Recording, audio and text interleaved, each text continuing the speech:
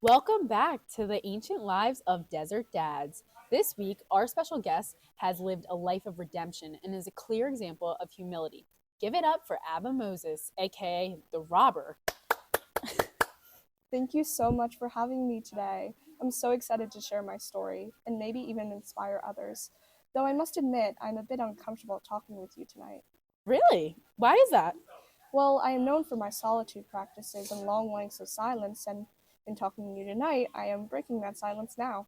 Talking with you now feels strange, but I am happy to be here.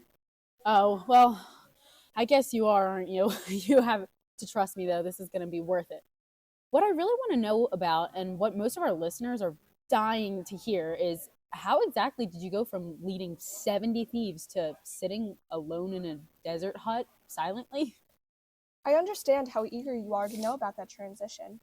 Honestly, my old group was not much for psalm singing. I'll take you back to the beginning. It all started when I fled to Scetis after a little, let's say, misunderstanding with the authorities. When I hid, the monks never asked questions on what or who I was hiding from. They were kind, and I thought, hey, why not just stay around until this whole misunderstanding blows over? Little did I know, soon enough, Abba Isidore is handing me a rosary and telling me to pray 50 psalms, and well, as you can assume, I did pray them.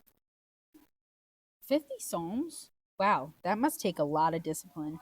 Well, you know, when there are memories of stealing and stabbing in your head, you need something to try and keep your mind calm.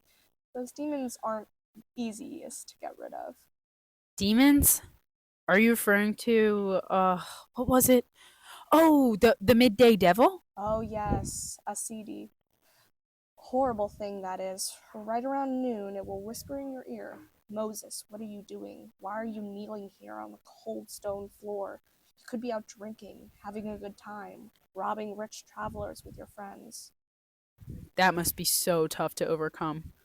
What advice would you give to our listeners with when a CDA attacks them today? I would leave them with the saying, the man who flees from the world is like ripe grapes, but he who dwells among the attractions of the children of men is like sour grapes. Wow, that's so reflective, Abba Moses. It's so important to take oneself away from worldly things in order to become the most godly and good version of ourselves. Yes, it took me a long time to realize that in my life and get to the place where I'm able to commit to this life of solitude. Please, Abba, tell me more.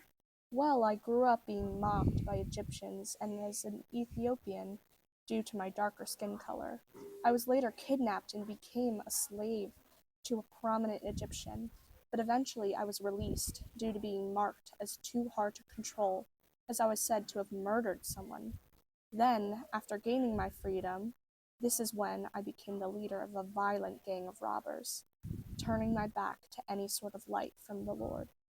Wow, that sounds like it must have taken a large toll on you mentally. How were you able to get through that?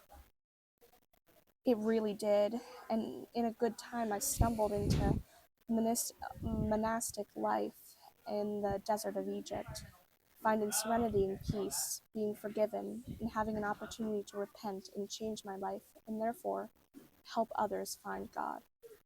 What a powerful story you have, Abba. I hope that this will move some of our listeners to repent and change their ways as you did. Thank you for joining us tonight, Abba Moses. You are truly inspiring. Of course, thank you for having me.